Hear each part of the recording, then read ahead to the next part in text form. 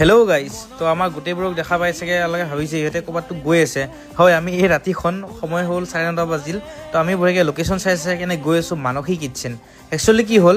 ভিনদেউ মোবাইল চাই আছিলে চাই থাকোঁতে দেখা পালে মানসী কিটচেন তাত বোলে 25-30টামান আইটেম তাকে ভিনদেউ ক'লে ব'ল যাওঁ এই ৰাতিখন আমি খাই আহোঁগৈ ভাতটো ৰাতিৰ সাঁজটো বঢ়িয়াকৈ আমি আৰু বঢ়িয়াকৈ গৈ আছোঁ প্ৰথমতে বিচাৰি পোৱা নাছিলোঁ লাষ্টত বিচাৰি পালোঁ বাৰু তো বঢ়িয়াকৈ আমি গৈ আছোঁ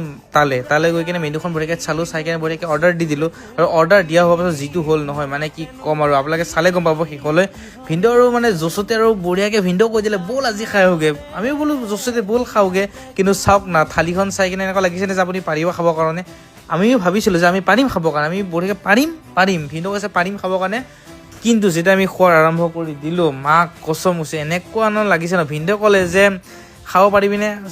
পাৰিম খাবৰ কাৰণে কিন্তু আমি খাব নোৱাৰিলোঁ কাৰণ কেনেকুৱা হ'ল ইমানে আইটেম দিছে যে ভাত শেষ হৈ যায় ভাত আকৌ ল'ব লগা হৈছে কিন্তু ভাতটোতো বেছি খাব নোৱাৰি ইমান